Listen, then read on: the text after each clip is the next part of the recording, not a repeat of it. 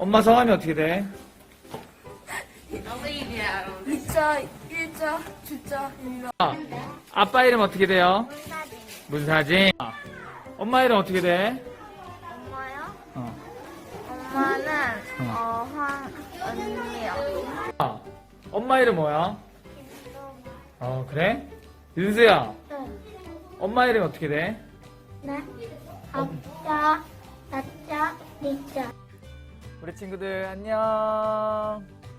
전도사님이에요. 잘 지냈어요? 네, 잘 지냈어요. 전도사님도 잘 지냈어요. 오늘 아까 우리 친구들한테 엄마 아빠 이름이 어떻게 되는지 물어봤어요. 그랬더니 모두가 다 엄마 아빠 이름을 정확하게 이야기를 했습니다. 그런데요, 성경에서는 자기 엄마 아빠가 누군지도 모른 채 살아갔던 사람이 한 사람이 있었습니다. 그 사람이 누구인지 우리 영상을 통해서 만나보도록 하겠습니다.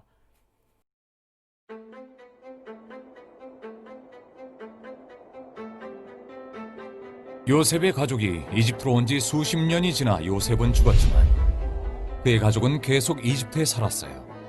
이스라엘의 가족에서 시작되었기 때문에 이스라엘 민족으로 불렸죠. 히브리 민족이라고도 했어요. 새로운 파라오는 이스라엘 민족의 숫자가 계속 늘어나자 그들이 두려워졌어요. 이집트의 적들과 함께 공격해올까 걱정되어 그들이 힘을 쓰지 못하게 하려고 했어요. 파라오는 그들을 노예로 만들고 힘든 일을 시켰지만 이스라엘 민족은 계속 늘어났어요. 이스라엘 민족의 남자 아기를 죽여라! 파라오가 명령했어요. 그러나 아기 낳는 일을 돕는 산파들은 파라오의 명령을 따르지 않았어요. 갓 태어난 히브리 남자 아기를 모두 강물에 던져라! 파라오가 명령했어요. 이때 한 히브리 여인이 아들을 낳았어요. 아기를 숨길 수 없게 되자 아기를 갈대 상자에 누이고 나일강과 갈대 사이에 두었어요. 아기의 누나 미리암이 숨어서 지켜보고 있었죠.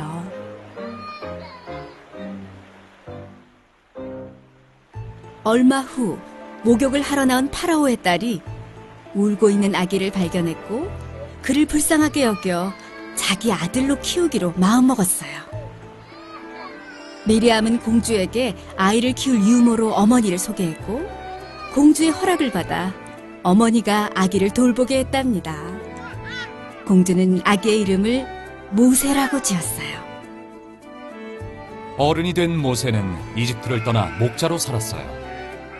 한편 고통받던 이스라엘 민족은 하나님께 부르짖었어요. 하나님은 모세를 보내 그들을 구할 계획을 세우셨죠.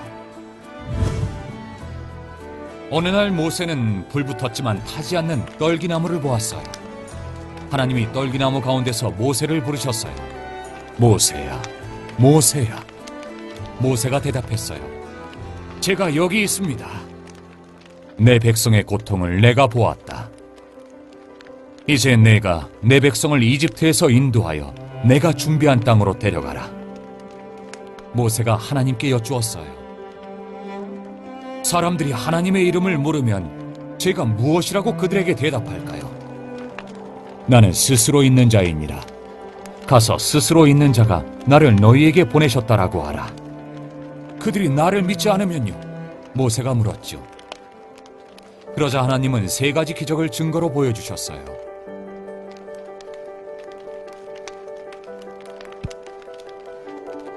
모세의 지팡이가 뱀으로 변했다가 다시 지팡이가 되었고 모세의 손이 병들었다가 다시 나았어요.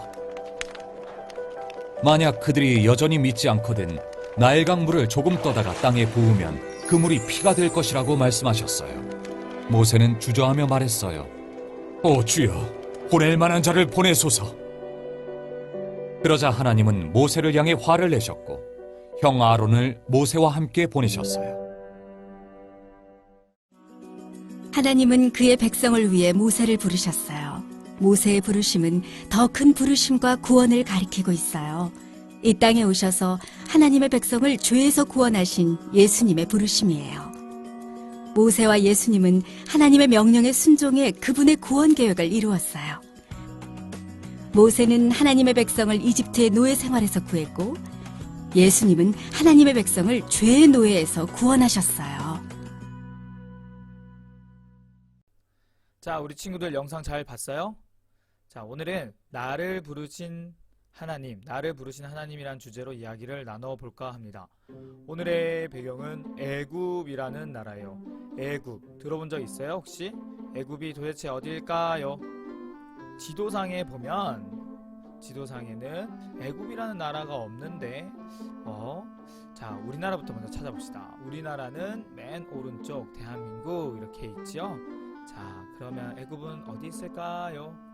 바로 맨 왼쪽에 있어요. 이 애굽에서 어떤 이야기를 하려면 애굽에서 탈출한, 애굽에서 이스라엘 백성을 이끌고 가나안 땅으로 갔던 모세에 대한 이야기를 하려고 해요. 모세는 하나님께서 부르셔서 이스라엘 백성을 이집트에서 데리고 가나안 땅으로 갑니다. 그랬던 사람이에요. 그런데 그 전에 모세에게는 아주 슬픈 사연이 있어요. 뭐냐면 그 당시 애굽을 다스리던 바로 때문에 슬픈 일이 일어났어요. 바로가 뭐라고 이야기하냐면요, 이렇게 얘기합니다.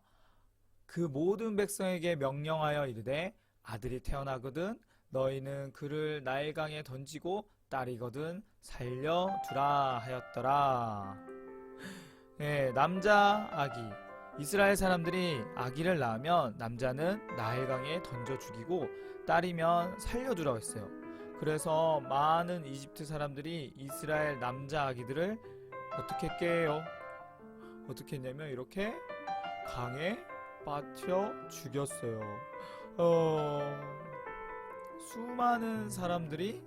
수많은 아이들이 이렇게 나일강에 빠져 죽임을 당했답니다. 그때 모세가 태어났어요. 모세가 아기였어요. 모세 엄마, 모세 아빠도 어떻게 할 수가 없었어요. 그런데 이들은 도저히 아들을 죽일 수가 없었어요. 그렇게 몰래 키우다가, 그런데 점차 이집트 사람들이 몰려오자 어쩔 수 없이 바구니에 넣어서 나일강에 띄어 보냈답니다. 얼마나 슬펐을까. 그런데 그때 지나가던 정말 예쁜 이집트 공주가 저거 뭐지? 저거 뭐지? 하며 바구니를 봤어요. 그래서 가까이 가서 바구니를 열어보니 웬 잘생긴 아이가 있는 거예요. 이스라엘 사람 아이구나 라고 이 예쁜 공주, 이 마음씨 착한 공주는 그 아이를 키우기로 마음을 먹었답니다. 그리고 그 아이의 이름을 모세라고 지어줬어요.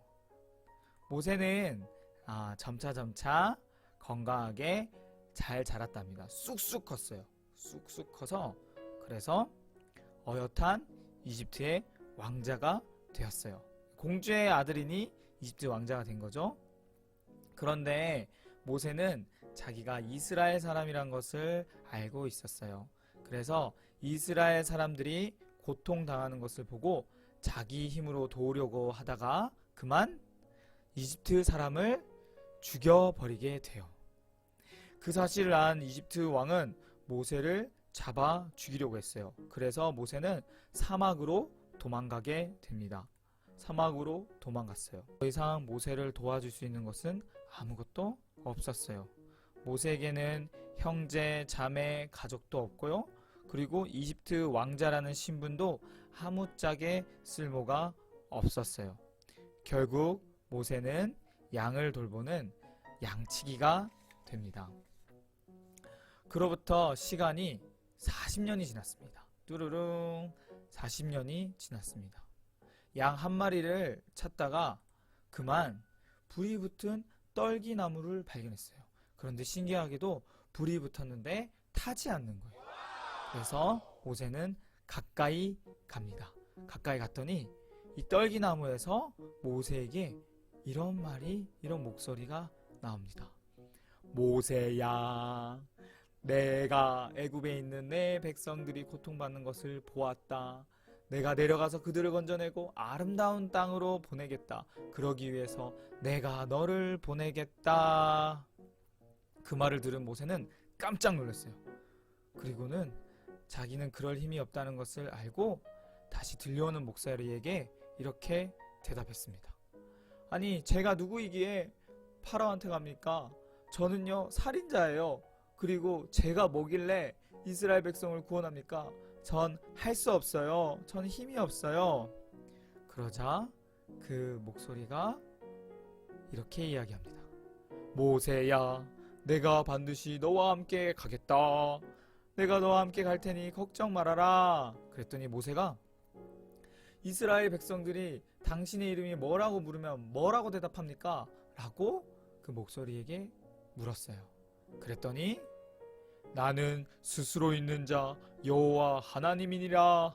자, 어서 가거라. 내가 너를 보내느니라. 그랬더니 모세가 이렇게 얘기합니다.